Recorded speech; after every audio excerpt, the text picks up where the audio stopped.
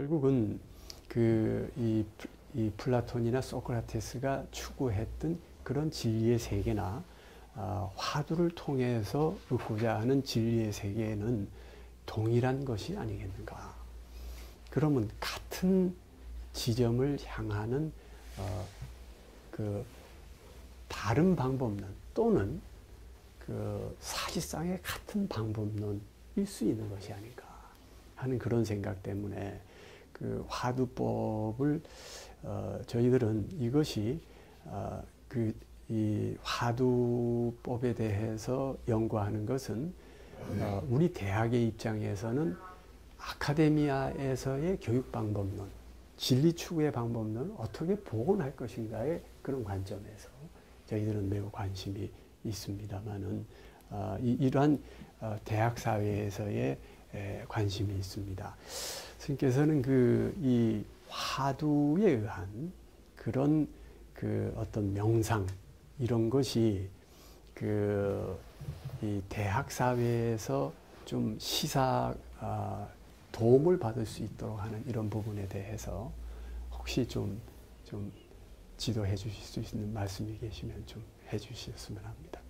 그런 어떤 그 대학 사회에 있어서의 네. 어떤 그 참 발전, 또 소통, 그런 예. 속에서의 이제 하나의 대안으로서 이제 참 참선수의 화두를 예. 말씀하시고 계시는데, 저로서는 참 또 하나의 이렇게 화두를 잡는다, 화두를 한다는 것은 성철 스님 입장에서도 어떤 참 진리를 깨치는 그 최고의 수단을 참선에서 화두에서 찾으셨는데, 그래서 그렇게 하면서 당신이 쏟아부은 그 노력이야말로 정말 참 보통 범인으로서는 상상할 수 없는 에너지를 그 화두 타파에 이제 쏟아부었는데, 이제 그런 것들을 우리가 참 우리 성철 스님이 갔던 그 길을 우리 대학생들한테 가자고는 이제 요구할 수 없을 것 같습니다.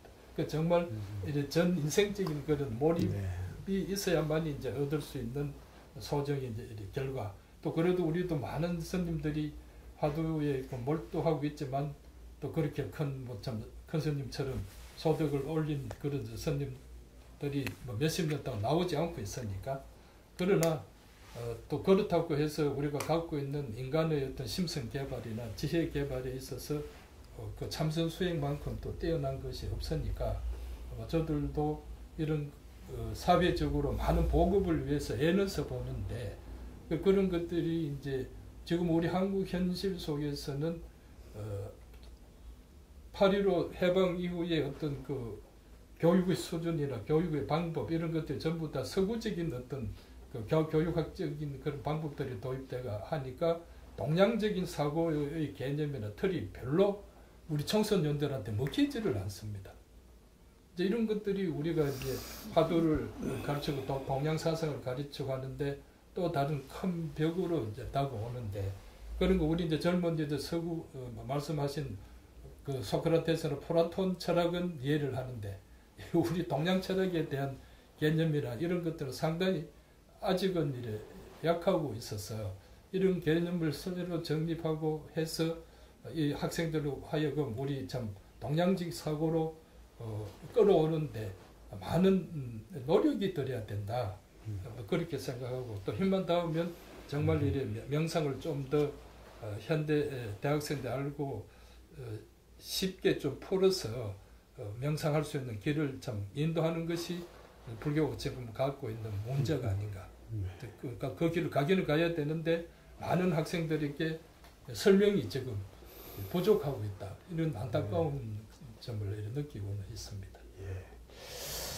아무튼 참 진리 탐구의 문제는 동서양을 구분할 수 있는 주제가 아닌 인류의 공통의 최고 가치라고 할 수밖에 없을 것 같습니다. 그래서 여하이 성공적으로 진리를 탐구할 것인가. 사실 거의 모든 대학들이 진리 탐구를 어떤 형태로든지 이념의 하나로 들고 있는 것 같습니다만은 여하이 성공적으로 진리를 탐구할 것인가. 이제 어떻게 보면 저는 대학인으로서 대학 사회에서 진리 탐구에 대한 열기가 점점 그 희미해지고 쓰러져 가는 것이 아닌가 하는 것에 대한 위기의식을 느끼기까지 하고 있습니다. 어쨌든 이 불씨를 살려서 대학이 본래다운 모습을 가질 수 있도록 진리 탐구에 대한 그 올바른 길의 도출에 있어서 동서양의 모든 지혜가 같이 결집될 수 있기를 바라고, 우리 스님께서 말씀해 주신 그 몰입이라고 하는 것, 그것이 하나의 매우 중요한 키워드가 될 수 있지 않을까 하는 생각을 해보면서 다음 주제로 넘어가 보겠습니다. 지금 대립과 갈등 해소를 위한 소통을 지금 논의하고 있는데, 그 소통의 도구는 말과 글일 수밖에 없을 겁니다. 그 말과 글의 참된 역할과 의미에 관해서 얘기하고자 합니다. 사실 말과 글은 자신이 외부와 소통하는 가장 유일하다고 하면 조금 너무 지나칠지 모르겠습니다만, 가장 통상적인 방법 아니겠습니까? 말과 글이 없이 자신의 생각을 또는 내면을 외부와 소통할 수 있는 길은 없을 것이다. 만약 말과 글이 없을 때 각 사람들은 얼마나 답답할까 생각하면 참 쉽게 이해할 수 있겠습니다. 근데 지금 이와 같이 말과 글은 외부와 소통하는 정말 필요 불가결한 그런 도구임에도 불구하고 그것은 한계를 갖는 것이다 하는 점이 제대로 인식되지 않는 것도 문제인 것 같습니다. 이러한 한계에 대해서 가장 철학적으로 얘기한 것을 우리는 노자 첫머리에서 찾을 수 있을 것 같습니다. 도가도 비상도, 명가명 비상명이라는. 그러니까 말로 도를 얘기한다면 벌써 그것은 불변의 도는 아니다. 불변의 도는 결국 말로 할 수가 없는 것이고, 이름 지어서 벌써 뭔가를 얘기를 했다면 그것은 불변하는 것은 아니다. 결국 이제 이것이 소통의 도구로서의 말과 글의 한계인 것이고, 이러한 한계 때문에 진리 탐구에 있어서 말과 글이 갖는 위상은 지극히 왜소할 수밖에 없고, 때로는 상당히 적대적인 것이 아닌가 하는 생각도 듭니다. 불가에서도 이 진리 탐구와 관련해서 말과 글을 아르마리라고 그러나요? 상당히 이걸 좀 배격을 하고 그런 식으로 소통하는 거에 대해서는 부정적인 것이 아닌가 하는 느낌을 받았습니다만, 어떤가요? 저들도 불교에서도 희론이라고 해서 정말 진리를 말하지 않고 엉뚱한 그런 참 말하고 이런 것을 희론이라고 해서 부처님께서도 아주 검기를 했죠.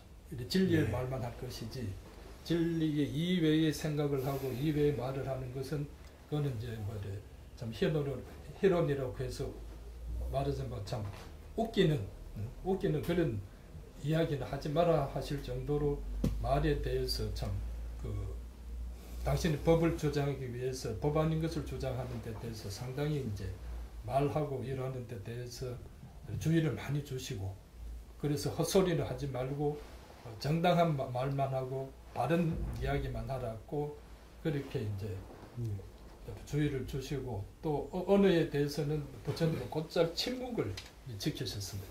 제 질문이 있을 때는 다 형이상학 문제나 이런 데 대해서는 나는 할 말이 없다고 침묵을 이리 지키시면서 말에 대해서 상당히 이제 참 아끼시고, 또 말하는 데 대해서 그 제의식이라기보다 이런 논리적인 문제에서 항상 수렁에 빠져들 수 있는 것이 그 말이니까 말은들이 조심하라고 그래 하셨습니다.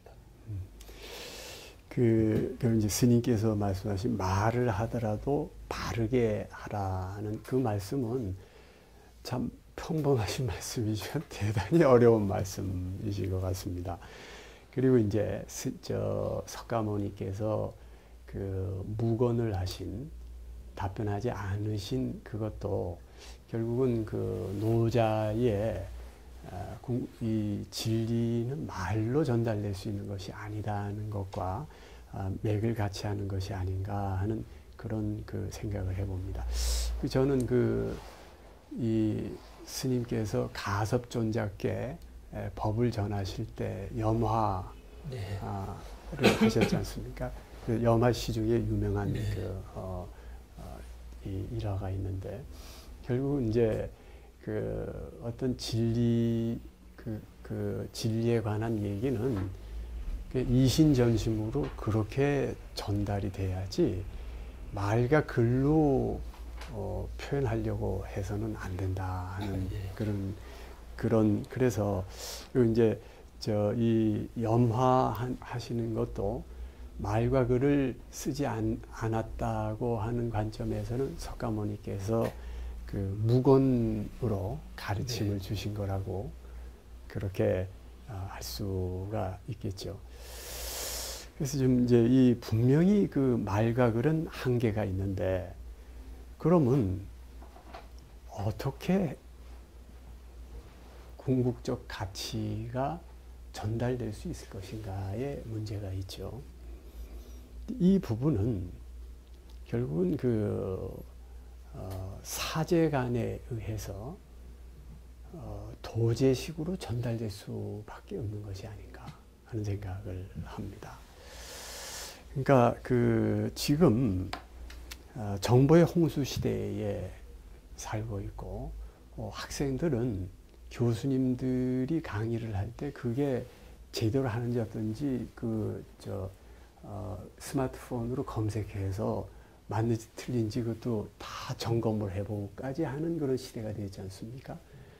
그러면 교수가 할 일이 없어지지 않느냐 하는 의문이 제기될 수가 있는데 저는 결국 말과 글의 한계 때문에 우리 교수 또는 스승의 역할은 아직도 여전히 존속할 수밖에 없다는 생각을 하게 됩니다. 결국은 이제 그 말과 글로 전달될 수 없는 어떤 이 내용이 있고 가치가 있다는 얘기죠. 이제 그 얘기는 또 다른 얘기로 하면은 그리고 교수님들께서도 인터넷 지식 검색으로 검색될 수 있는 지식을 넘어선 그런 가치를 전달할 수 있는 분이 아닐 때에는 정말 입지가 어려워질 것인 시대에 도달한 것이 되겠죠. 교수님이 존경받기 위해서는 결국 학생들이 직접 찾아와서 배우지 않으면 안 되는 그런 뭔가를 가진 교수님이어야 된다는 얘기가 될 수가 있겠죠. 그래서 결국 소통의 도구로서 말과 글은 필요 불가결한 것인데 지금 그것이 전부인 양 그렇게 오도되는 현재의 세태는 상당히 위험할 수 있다 하는 그런 점을 얘기할 수 있을 것 같습니다. 그리고 그렇기 때문에 더욱더 이 앞으로는 사제 간의 어떤 뭔가를 전해주는 그 직접적인 어떤 그 관계 이런 것이 중요해진다. 이 불교에서 인가 제도라고 하는 것도 보면 진리라는 그것을 이렇게 결국은 이제 말로 할 수 없기 때문에 이 스승이 과연 잘 가르쳐서 실제 깨달았을 때 이리저리 실험을 해보고 깨닫는 이런 제도가 있죠. 어떻습니까? 지금 이제 면전 스스로 해서 네네. 그거는 이제 인가 제도는 뭐한테 편지를 주고 예, 그래서 예, 예. 1대1로 만났어. 네, 네. 그걸 참 밀밀 전수라고 하는데 네, 네. 이제 그런 그 지금 선방에서 이제 선원에서 이제 참 스승이 제자한테 니도 참 부처님의 진리를 깨쳤다고 인가해주는 네. 그런 것들은 공개적인 그런 일의 장소였는데 비밀이 이제 주고받고 하면서 나중에는 이제 그뭐좀 헛거량이다 또 뭐 오도손이다 네, 네. 혹은 그런 그 내가는 내 법은 누구한테 전한다는 그런 이제 네. 인가죠. 네, 이게 네. 이제 지금 지금 이제 종정 스님 다 이렇게 갖고 해서 이제 저희들 보여주시고 하는데 네. 그러나 이제 그거는 인가증 보여주시지만은 인가받은 내용이나 네. 이런 이야기는 이제 묵묵하게 이제 지키고 계시거든요. 네. 그러면 그것도 남도 그 흉내 낼 수 있으니까 네. 그렇게 하실는지 모르지만은 네. 그 인가의 내용은 그 두부만 아시더라도 예. 형식은 그렇게 해서 하고 있는 그런 전통은 아직도 이래 선방에서 이어져 오고 있습니다. 예. 그 여전히 사제 간의 관계는 매우 중요한 예. 것이다고 하는 그런 우리의 전통적인 가치가 다시 한번 확인될 수 있는 것이 아닌가 하는 생각을 해봅니다. 다음으로 젊은 세대와 기성 세대 간의 갈등과 우리 한국 사회 소통 부재의 원인에 관해서 한번 말씀을 나누도록 하겠습니다. 그 팟캐스트 방송에 지금 그 열광하는 우리 대중들이 있고 또 거기에 오히려 더 전적으로 신뢰를 보내고 또 기존 그 정치 권력에 대한 신랄한 비판과 풍자를 즐기고 있는 그런 세태가 있습니다. 그런데 대해서 그 열광하는 이유에 대해서 스님께서는 어떻게 생각을 하고 계신가요? 지금 이제 저들이 뭐 이런 낙곰수나 저 젊은이들이 이제 팟캐스트에 하는 것은 뭐 이거는 일종의 뭐 이래 정치 불신에서 일어난 일이 아닌가. 그 더더구나 뭐좀 작년 그 선거표 그 속에서 청와대 사저 문제 이것으로서 낙곰수가 국민들의 참 큰 그 충격도 줬을 뿐만 아니라 이래 그때가 아마 이래 낙곰수가 최고의 이제 걱정에 이제 국민 신뢰에 올라갔었던데 그런 것들은 어떤 그 참 집권 세력의 어떤 자기 그 부정지 이런 게 대해서 낙곰수가 파고들어서 그것을 희화하고 했을 때 국민들은 열광을 했다. 그러니까 정치하는 사람들이 정말 그 정도를 가지 않을 때는 이런 낙곰수의 어떤 그 수요는 폭발할 것이다. 뭐 저는 그렇게 네. 생각을 하고 있고 지금 뭐 20대, 30, 2030 세대라는 나중에도 말씀 올리겠습니다만은 그럼 뭐 다른 이제 신문이나 사회 문제 나온 거 보면은 이 20년, 30년은 지금 2030대가 1980년생들인데 그때 보면은 상당히 그러고 20대는 이제 1990년생 상당히 우리가 이제 경제적으로 참 아버지 세대와 구별할 수 없는 그런 부유한 그 한국 세대에 태어난 친구들인데도 불구하고 또 이 친구들이 맞닥뜨리는 그 문제들이 그 뭐 참 IMF 저것들 뭐 한 20살 전에 IMF나 또 뭐 얼마 전에는 세계 금융 파동 이런 거 하면서 지금 그 젊은이들이 뭐 89만 원이라 그럽니까? 그런 세대로 지금 가장 몰락돼 있는 이 친구들의 어떤 사회 불만 이런 것들이 지금 폭발하고 있지 않나 그렇게 생각을 하고 있습니다. 네. 그 사실 이제 그와 같은 여러 불만들 이런 것은 우리 사회만 있는 것은 아닐 거라고 저는 생각을 합니다. 한편 역사적으로도 이 시대에만 고유한 것이라고 또 그렇게 얘기하기도 어렵지 않을까 저는 생각을 합니다. 지금 그 젊은 세대와 기성 세대 간의 갈등 부분에 있어서 저는 이제 상당히 좀 우려하고 있는 부분이 교육 현장에서 일부 교직자 의해서, 교사들에 의해서 학생들에게 그 증오와 불신이 교육되고 있는 것은 아닌가 하는 점에 대해서 좀 상당히 우려를 합니다. 그 교육 현장에서 어쨌든 증오와 불신이 교육돼서는 안 된다고 생각합니다. 그 사랑과 또 그리고 그 신뢰, 이해와 같은 긍정적인 가치가 교육이 돼야지 부정적인 가치가 교육되는 것은 상당히 큰 그 문제가 생길 수가 있다.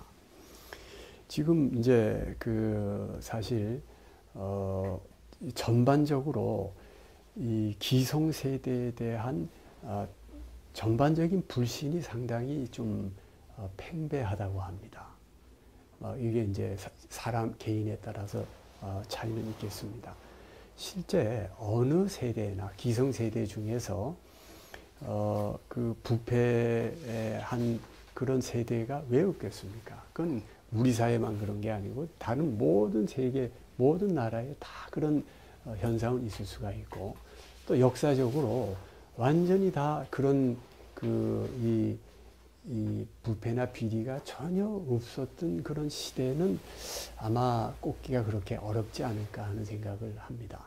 그러니까 그럼에도 불구하고 전체가 일부의 어떤 그와 같은 일들이 기성세대 전체의 일인 양 싸잡아서 매도가 된다거나 하는 이런 부분들은 상당히 옳지 않은 그런 태도인데 그런 것이 비교적 자주 또는 그 일상화된다고 하는 것은 그 교육 현장에서의 그 잘못된 그런 기반 교육이 이루어진 것에 원인하는 것이 아닌가 하는 점에 조금 우려를 합니다. 앞으로 제가 이제 이런 그 하나 또 생각을 하는 것이 일부 진보 진영에 있는 분들 중에는 현 사회나 체제에 대한 아주 맹목적인 증오를 표출하는 경우를 보았습니다. 지금 이제 제가 법원에서 판사로 있을 때에 그분은 아주 유명한 그 노동시인이었습니다만은 그분이 그 형사 기록을 통해서 그분의 그 작품을 접하게 되었습니다. 그분은 이 치 떨리는 반동의 세상이었습니다. 자기가 보는 현실이. 그러니까 증오를 넘어서 치가 떨리는 정도의 그런.